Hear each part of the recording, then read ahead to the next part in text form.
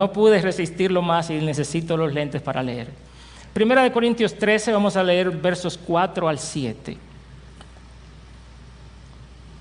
El amor es paciente, es bondadoso. El amor no tiene envidia. El amor no es jactancioso, no es arrogante, no se porta indecorosamente, no busca lo suyo, no se irrita, no toma en cuenta el mal recibido, no se regocija de la injusticia, sino que se alegra con la verdad. Todo lo sufre, todo lo cree, todo lo espera, todo lo soporta. En el año 1714, el médico y filósofo Bernard Mandeville, oriundo de los Países Bajos, publicó un libro con un título muy gracioso. El título era La fábula de las abejas: vicios privados, beneficios públicos.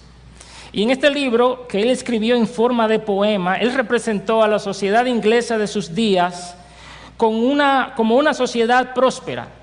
Representó sus vicios como un próspero panal de abejas, el cual desde lejos se veía muy bonito y muy ordenado, pero que al acercarse uno se daba cuenta que sus moradores o sus habitantes se caracterizaban por vicios egoístas. Cada uno hacía su papel tratando de sacar ventaja y provecho de los demás, mientras que otros clamaban por justicia y honradez. En la fábula, Mandeville cuenta que las abejas piadosas clamaron a los dioses y Júpiter decidió responder la oración llevándose el egoísmo del corazón de los habitantes del panal. Y como ya no había vicios, sino que las personas se volvieron honradas, ya no había litigios y los abogados se quedaron sin trabajo. La justicia ya no tenía ninguna función porque todos procuraban el bien de los demás. Y como la gente se volvió sencilla y austera, los que se dedicaban al negocio de los excesos y de los vicios perdieron sus trabajos y se marcharon. Los soldados tampoco tenían trabajo ya. Así que todos los que se beneficiaban de los pecados y de los vicios se marcharon del panal. En lugar de prosperar, dice Mandeville que el panal llegó a su ruina, porque las virtudes altruistas no construyen la economía de una sociedad, sino sus vicios egoístas. Ese es el aprendizaje de Mandeville en su libro de las abejas. Y el propio Mandeville en su libro concluye que las sociedades que prosperan económicamente son aquellas que apelan al egoísmo que caracteriza a los seres humanos y que ni los gobiernos ni las instituciones deberían tratar de frenar los vicios si quieren ser prósperos. ¿Qué les parece a ustedes esa conclusión? Es increíble pensar que los valores egoístas y los vicios egoístas pueden beneficiar a la humanidad. Sin embargo, cuando usted y yo miramos al lado nuestro, a nuestra sociedad, ¿qué es lo que vemos? La sociedad ha comprado esta teoría distorsionada de Mandeville, que dicho sea de paso, ha sido uno de los hombres que más ha influenciado la teoría del mercado libre y de la distribución de las funciones de trabajo. Una de estas sociedades egoístas y centradas en sí mismas era la sociedad de Corinto. Por eso, cuando el apóstol Pablo llega al capítulo 13, a mi juicio, yo creo que él trae el clímax de la carta. Yo creo que cuando él llega al capítulo 13, presenta la enseñanza central que él quería presentarles a esta iglesia, que tiene que ver con la centralidad del amor. Este amor que Pablo describe posee una característica principal, y es que este amor no busca lo suyo. Es decir, es desprendido. Este amor es una preocupación activa por el bienestar total de la persona amada. Y Pablo lo presenta como el camino más excelente que estos creyentes de Corinto necesitaban procurar ante las tantas situaciones que estaban enfrentando. El ego estaba detrás de cada una de las situaciones que estaban aconteciendo en esta iglesia.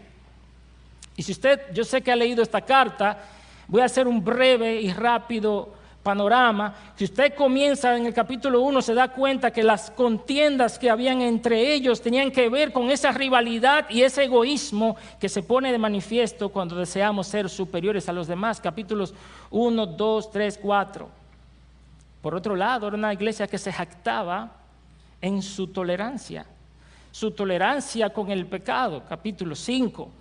Había allí aquellos que cometían pecados terribles como el que vivía con la mujer de su padre. Ellos se jactaban de ser una iglesia moderna. Nosotros tenemos gente que hasta vive con la esposa del papá y no hay problema. Y parte de su egoísmo se mostraba en su entendimiento acerca del cuerpo y del sexo.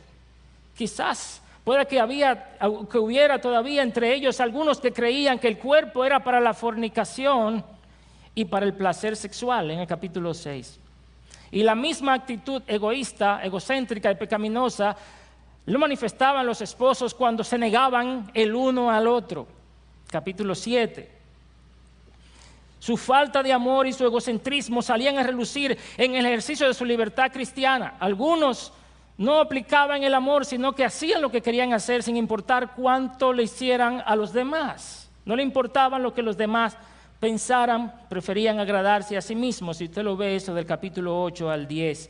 Su amor al yo se veía también incluso en la celebración de la cena del Señor. Llevaban algunos sus propios alimentos y comían ellos y se saciaban y dejaban a los demás sin alimento.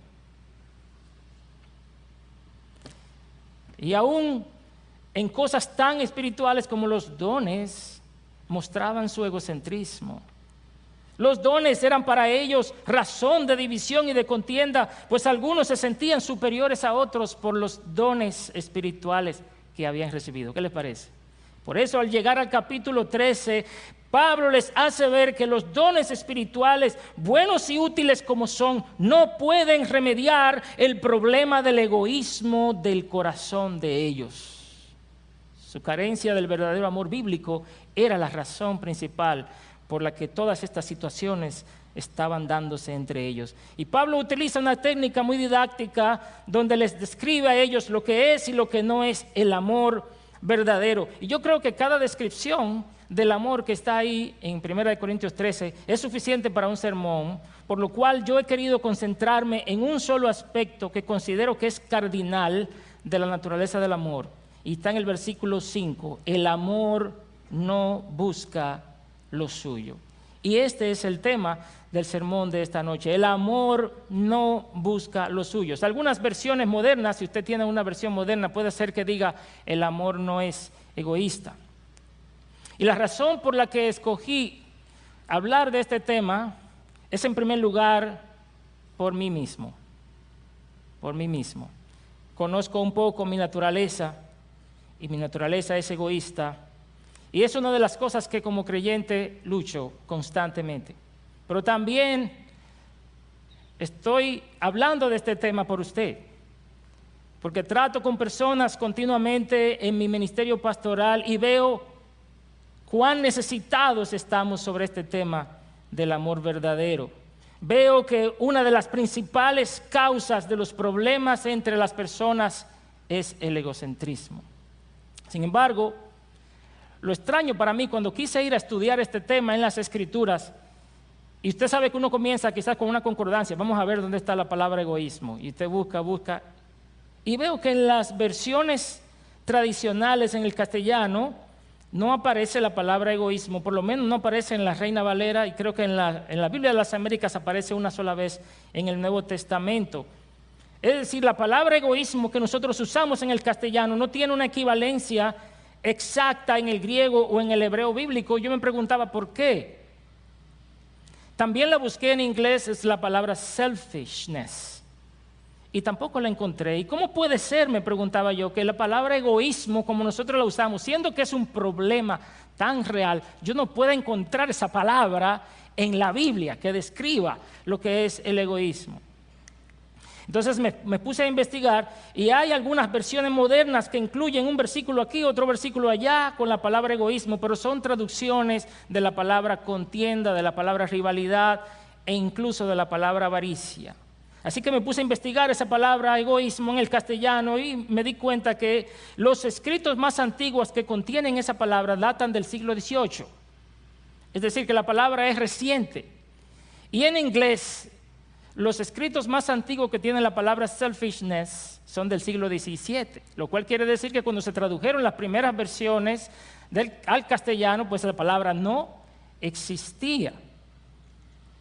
Por eso entonces me hace sentido ahora. Egoísmo viene del latín ego y del sufijo ismo, que usted sabe que quiere decir doctrina, creencia, tendencia. Es un sufijo que convierte un adjetivo en un sustantivo, de manera que egoísmo pudiera traducirse como la religión del yo. La religión del yo. Con toda razón, lo primero que Cristo le dice a sus discípulos es: si alguno quiere venir en pos de mí, niéguese a sí mismo, tome su cruz cada día y sígame. ¿Sabe por qué? Porque no podemos tener dos señores. O Cristo es nuestro Señor o el yo lo es. Así que el egoísmo es estar preocupado excesiva y exclusivamente por uno mismo o por su propio beneficio, placer o bienestar, independientemente de los demás. Estar preocupado excesiva o exclusivamente por su propio beneficio. En otras palabras, es la idolatría del yo. Y yo creo que es uno de los peores vicios y de los peores pecados de la humanidad y de los seres humanos ahora. Yo creo que cada uno de nosotros tiene algo de eso. Y mi propósito será hacerle ver que quizá algo usted tiene de ese mal. El egoísmo tiene la capacidad de destruir matrimonios, de dividir relaciones entre padres e hijos y hermanos, de dividir iglesias, de destruir empresas, de corromper instituciones del Estado y de terminar con buenas amistades. El egoísmo se opone al amor y al servicio sacrificial, se opone a la generosidad y a la práctica de los dones espirituales y por ende se opone a la extensión del Evangelio de Jesucristo. El egocentrismo hace que la gente se quede descansando en su lugar en vez de ir a servir al Señor en su obra. El egoísmo hace que otros no quieran responder al llamado de Dios para arriesgarse y así puedan perder su comodidad y su estabilidad. Así que lo primero que quiero hacer con ustedes es ver las manifestaciones del egoísmo que aparecen en este texto. El egoísmo se manifiesta de muchas maneras porque es un pecado madre. Es un pecado madre. Da a luz otras formas pecaminosas. Y la primera forma que quiero mirar con ustedes es ese pasaje, esa parte del pasaje del versículo 5 que dice: el amor no busca lo suyo. La búsqueda exclusiva del bienestar propio. Esta es la esencia del egoísta. En todo lo que hace, busca su bien por encima de los demás. Si alguien va a quedar bien, que sea yo. Si alguien va a recibir un beneficio, yo lo quiero para mí. Si alguien va a ganar la disputa, debe ser yo. Si alguien va a ocupar la mejor posición o va a recibir el mayor privilegio, pues ni modo, debo ser yo. Y si alguien va a estar cómodo, que sea yo, etcétera. Esta sola descripción del egoísmo nos deja convictos, nos resulta muy natural y es hasta racional procurar nuestro bien por encima de los demás. Es hasta racional. De hecho, existe lo que se llama el egoísmo ético. El egoísmo ético es una doctrina filosófica que afirma que las personas deben, dice, tener la normativa ética de obrar a su propio interés y que esa es la única manera moral de obrar, permitiendo la opción de ayudar a otros siempre que esto lo beneficie a usted. Ese es el egoísmo ético. El buscar lo suyo propio es algo tan común que el apóstol Pablo, cuando le escribe a los filipenses, recomendando a Timoteo, él les dice en el capítulo 2, porque todos buscan lo suyo propio. Oiga esto, a ningún otro tengo del mismo ánimo y que tan sinceramente se preocupa por ustedes, porque todos, y yo no sé si el apóstol Pablo estaba exagerando o estaba siendo concreto y específico, él dice, todos buscan lo suyo propio y no lo que es de Cristo Jesús. ¿Cuántas veces, oh amados hermanos, nos comportamos de manera egoísta con nuestro cónyuge, o con nuestros hijos, o con nuestros padres? ¿Cuántas veces queremos sacar ventaja o hacer las cosas a nuestra propia manera, tratando de manipular para que se haga lo que yo quiero? Yo soy culpable de ese pecado. Pero por otro lado, el texto dice que el amor no es envidioso. Si usted ve el versículo anterior, la envidia y los celos, y lo que quiero hacer con ustedes en esta noche es ver estas manifestaciones a la luz de el amor no busca lo suyo. Es decir, las manifestaciones alrededor, compararlas con el egoísmo y ver cómo el egoísmo está en el centro de todas las demás manifestaciones. Miren esto de la envidia. Dice el texto, el amor no tiene envidia. Cuando nuestro yo está en el centro, nos molesta el bienestar y el progreso del otro. Sentimos celo por las cosas que otros logran y preferiríamos que no la hubieran logrado o que fuera yo quien la haya obtenido. Se manifiestan los celos también con ese deseo posesivo y controlador sobre la otra persona. Santiago dice en el capítulo 3, verso 16, porque donde hay celos y ambición personal, y esa palabra ambición personal es la palabra egoísmo también, allí hay confusión y toda cosa mala. Si usted nota conmigo, Santiago pone los celos al lado de la ambición egoísta, uno al lado del otro, y dice que producen confusión y toda cosa mala. En tercer lugar, la tercera descripción que quiero ver con ustedes es que el amor no es jactancioso. La jactancia es otra hija del egoísmo. El fanfarrón que quiere sobresalir, es la palabra que está ahí. Quiere sobresalir y dar a conocer su propia alabanza, exaltar su yo ante los demás. ¿Qué es lo que mueve un corazón fanfarrón? Sino esa idea de que él lo merece. Pero por el otro lado dice el texto que el amor no es arrogante. La soberbia, el envanecimiento es fruto del egoísmo que tiene un alto concepto de sí mismo. Esos pensamientos elevados de ti mismo te hacen o hacen que el egoísta demande un trato especial para consigo. Los padres, por ejemplo, podemos tener muchas veces una actitud así, con nuestros hijos sobre todo. Y ciertamente Dios nos ha dado autoridad sobre ellos, pero nosotros no somos mejores que ellos como personas, ni tenemos una dignidad más elevada que ellos. Y no debemos creer que su respeto hacia nosotros se deba a algún mérito humano que nosotros tengamos, sino que es exclusivamente por lo que Dios ha dicho de nosotros. Entonces el amor no es arrogante.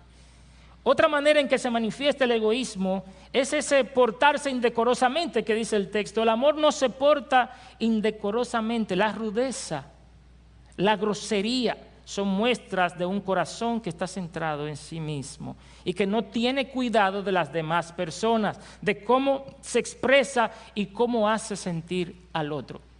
Le digo lo que se me venga a la mente, no importa que lo quiebre, no importa que rompa su corazón y lo quebrante, yo tengo que decirle la verdad. Y lo tratamos con rudeza. Yo confieso, hermanos, que yo he sido rudo con las personas más cercanas a mí en algunas ocasiones, con mi esposa, con mis hijos especialmente. Es fácil ser rudo con la gente que está cerca de usted. Ofender con palabras, hablar rudamente sin cuidar lo que decimos. Pero hay hijos también que son groseros con sus padres y le hablan de cualquier forma. Pero usted puede ser grosero aún con sus amigos y sus hermanos, la gente más cercana con usted. Podemos tratarlo con dureza o indecorosamente. Cuando hacemos esto, lo que estamos haciendo es colocándonos encima de los demás Y eso no es otra cosa que la manifestación del egoísmo o el egocentrismo. Una descripción más que dice el apóstol Pablo es que el amor no se irrita, la irritabilidad. Una persona que se enoja fácilmente, personas de mecha corta, que no hay que decirle mucho las cosas y ya prende. Y fíjese que la irritabilidad está justo después de la frase el amor no busca lo suyo. Dice el amor no busca lo suyo, luego dice no se irrita. Es precisamente por causa del amor propio y de la estima de nosotros mismos que somos tan prontos para irritarnos. Como diría un autor, donde quiera que exista el hábito de una provocación repentina, el yo todavía no está sometido al amor de Cristo. Y el amor de Cristo aún no está completamente establecido en ese carácter. Así que esta irritabilidad tiene su centro en un corazón que está centrado en sí mismo. La siguiente descripción dice que el amor no toma en cuenta el mal recibido. El rencor es también consecuencia de un corazón que no está gobernado por el amor puro y desprendido. El rencoroso piensa mal del otro y le imputa culpa. Por eso lo lleva una cuenta. Él guarda una lista de acusaciones contra los demás. Una vez más, el yo está gobernando el corazón del rencoroso. Por eso que en Filipenses capítulo 2, verso 13, el apóstol Pablo dice, nada hagáis por contienda o rivalidad. La rivalidad o la contienda es otra de las manifestaciones más comunes de egoísmo. Incluso esta palabra eritheia se traduce a veces en algunas versiones bíblicas como egoísmo. Implica contención, división, facción y pone de manifiesto el deseo de ser superiores a los otros o ganar una pelea. ¿Se ha visto usted, hermano, envuelto en una discusión sin sentido, donde lo único que estamos buscando al final es ganar la discusión? Yo he aprendido que la mayoría de las discusiones feas que tiene la gente es por cosas insignificantes y en realidad es el yo el que está dominando el corazón. Tocante a esto, dice Tim Keller, el egocentrismo por su propio carácter te hace ciego al egoísmo propio, al tiempo que estás hipersensible, ofendido y enojado por el egoísmo de los demás. El resultado es siempre una espiral descendiente hacia la autocompasión, la ira y la desesperación.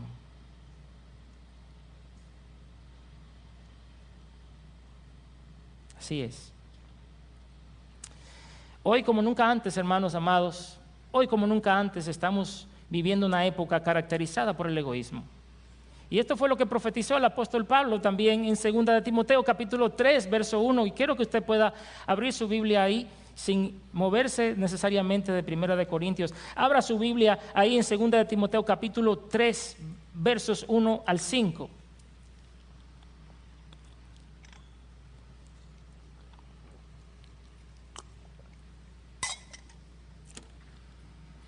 Mire cómo el apóstol Pablo dice que el egoísmo iba a caracterizar a los hombres de los postreros días.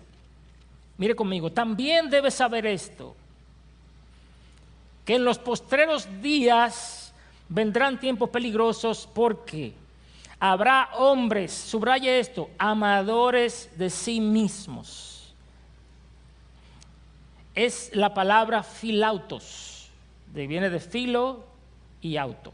Me amo a mí mismo. Dice el texto, habrá hombres amadores de sí mismos. Ahora, yo quiero desafiarle a que usted pueda mirar las demás características de esos hombres a la luz de la primera.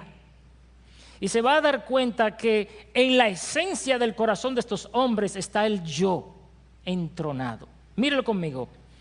Hombres amadores de sí mismos, avaros, vanagloriosos, soberbios, blasfemos, desobedientes a los padres, ingratos, impíos, sin afecto natural, implacables, calumniadores, intemperantes, crueles, aborrecedores de lo bueno, traidores, impetuosos, infatuados, amadores de los deleites más que de Dios, que tendrán apariencia de piedad, pero negarán la eficacia de ella.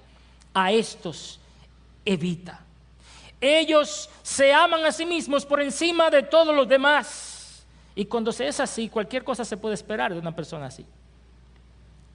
Mire, prácticamente las demás características se desprenden, yo creo, de la primera o están muy relacionadas. Porque un avaro es una persona que ama el dinero, pero ama el dinero porque se ama a sí mismo y se quiere dar la gran vida.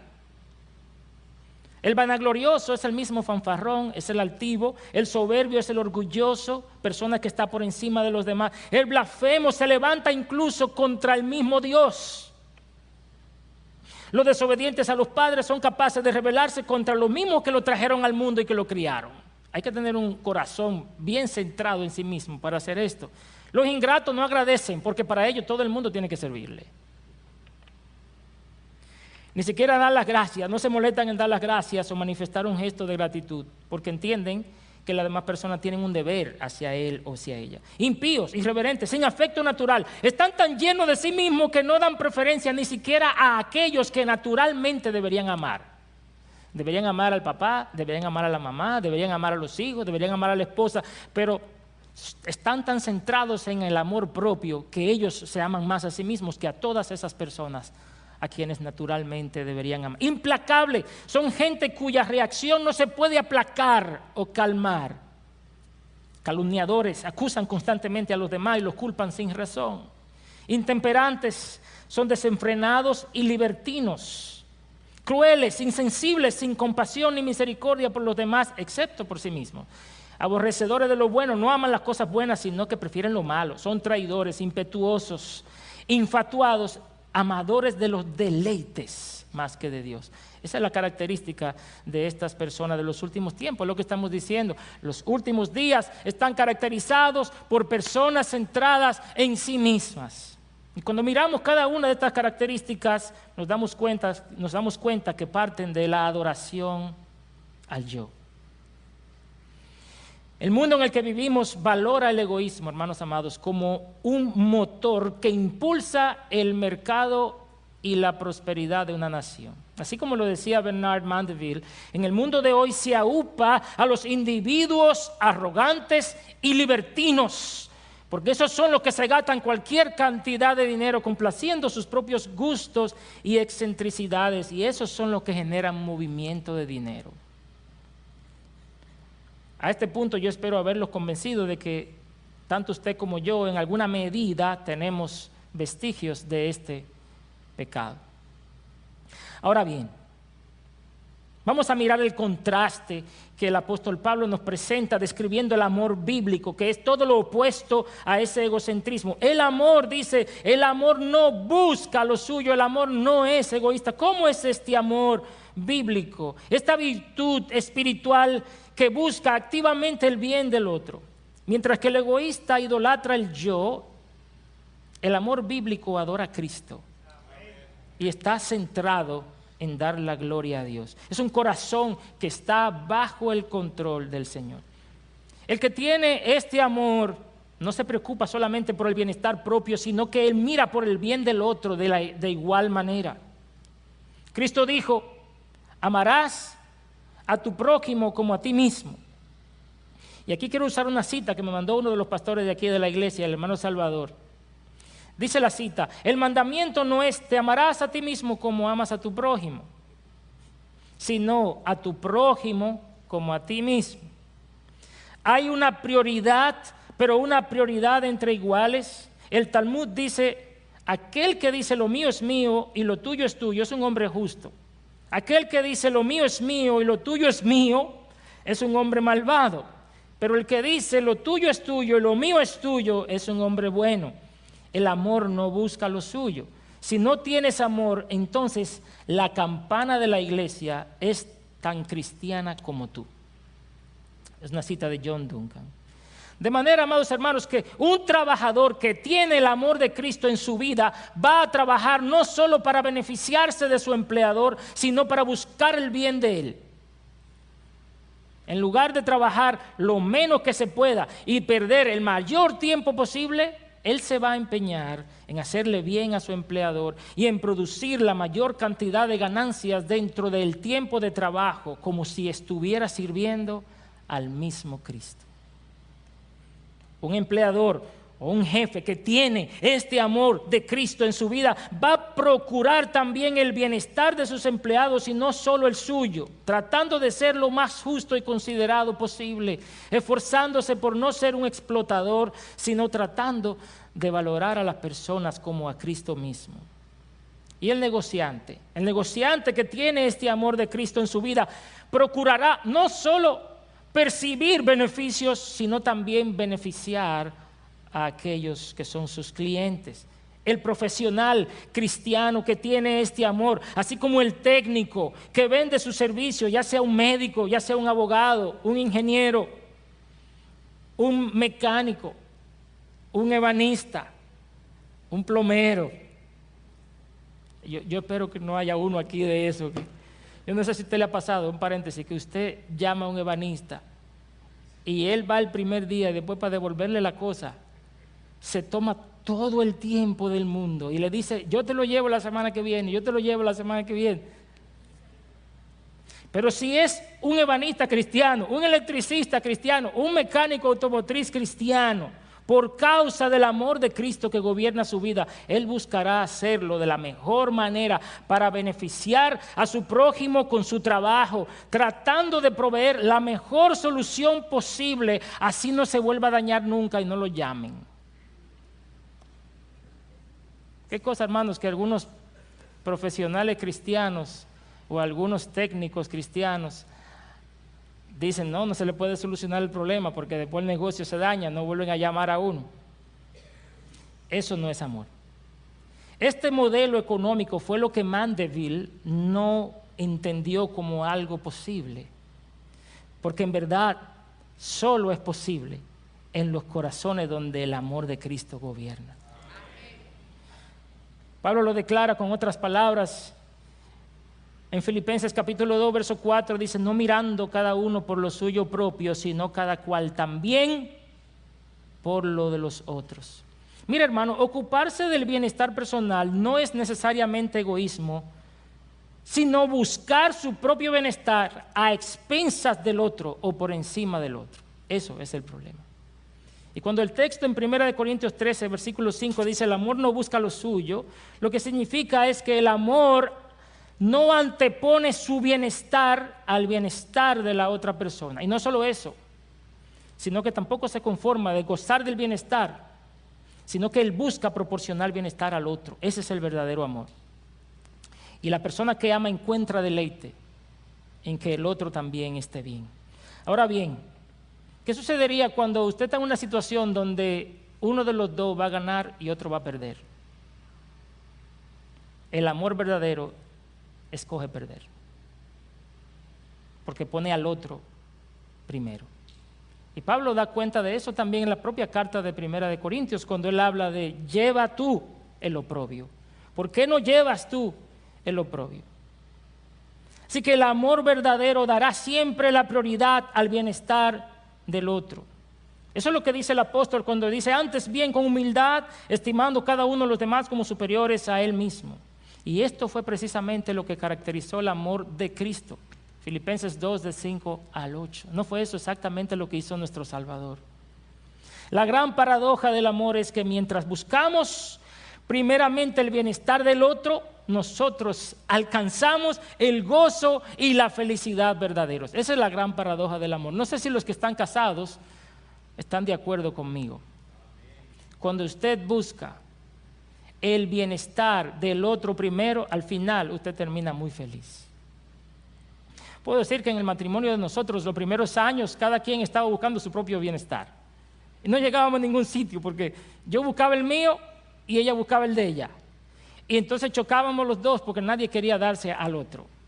Pero cuando la palabra de Dios viene y nos endereza, y muchas gracias al pastor Saladí, aunque no está aquí, pero nos sirvió muchas veces en retiros matrimoniales, comenzamos a comprender que el verdadero amor busca el bien del otro primero. Y al final, la gran paradoja es que lo que yo estaba buscando por mis propias fuerzas, cuando entonces comienzo a entregarme, recibo más de lo que yo estaba buscando. Y eso no es lo que dice el Señor Jesucristo. Cuando Pedro le dijo, Señor, nosotros lo hemos dejado todo, ¿qué tendremos? Y él dijo, no hay quien haya dejado esto por mí, que no reciba ¿cuánto? 100 veces más aquí y allá la vida eterna. Así funciona la paradoja de la vida cristiana. ¿Cuánto es que tú vas a sacrificar? Yo te aseguro que lo que tú vayas a sacrificar es terrenal. Seguro. ¿Cuánto es que tú vas a perder? ¿De qué que te va a perder? De algo temporal, seguramente.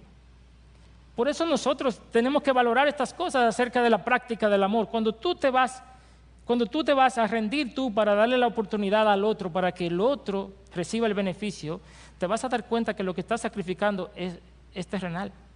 No es algo con lo que tú hayas venido ni que te vayas a llevar. Son cosas de esta vida. No vale la pena. No vale la pena ser egoísta con tal de ganar algo. Un pleito, una comodidad, una mejor comida, un mejor carro. Al final todas esas cosas, amados, son temporales. Pierda mejor y déjele eso a Cristo. Algunas características de ese amor desprendido.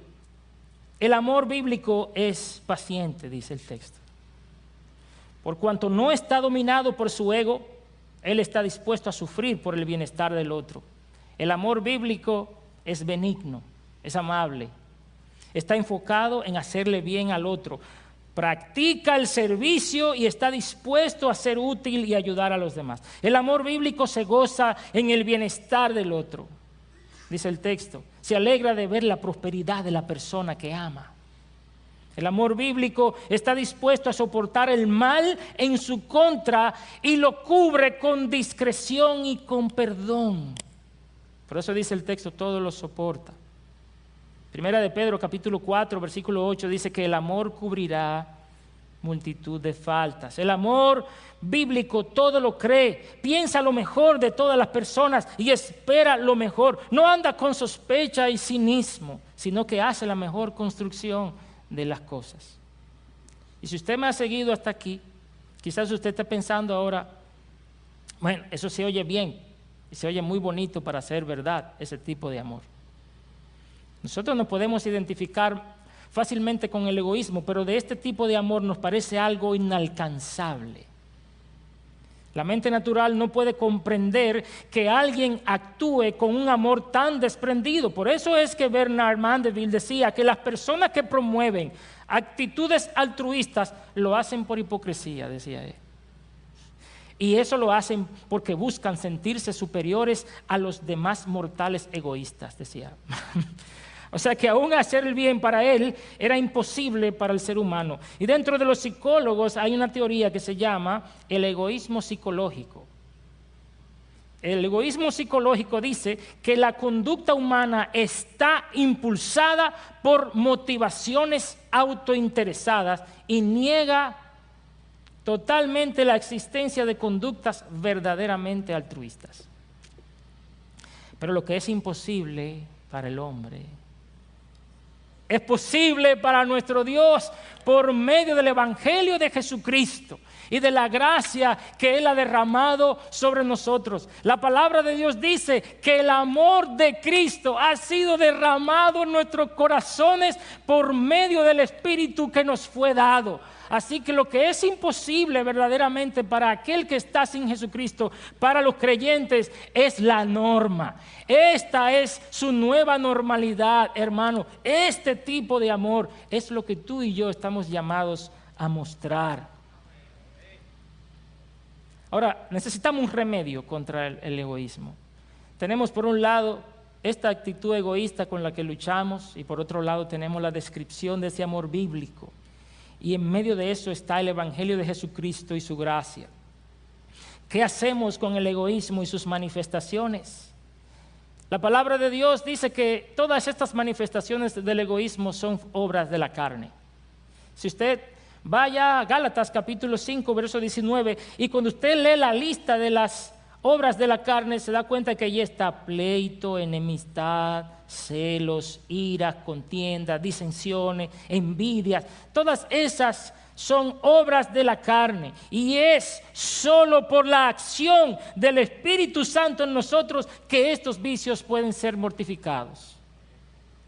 El mismo apóstol Pablo en Romanos capítulo 8, verso 13 dice: porque si vivís conforme a la carne, moriréis. Mas si por el Espíritu hacéis morir las obras de la carne, viviréis. Es por medio de la obra del Espíritu Santo en el corazón del creyente que estas obras de la carne pueden morir. Este amor bíblico del que hemos hablado no es un resultado de nuestro propio esfuerzo, sino que es un resultado de la obra transformadora del Espíritu Santo mediante el Evangelio de Jesucristo. Pablo dice en Gálatas capítulo 5, verso 22 al 25, mas el fruto del Espíritu es amor, gozo, paz, paciencia, benignidad, bondad, fe, mansedumbre, dominio propio. Contra tales cosas no hay ley. Escuche esto: pues los que son de Cristo Jesús han crucificado la carne con sus pasiones y deseos. Si vivimos por el Espíritu, andemos también por el Espíritu. ¿Es posible para un creyente mortificar las actitudes egoístas? Completamente. ¿Cuántos dicen amén a esto? Eso es así.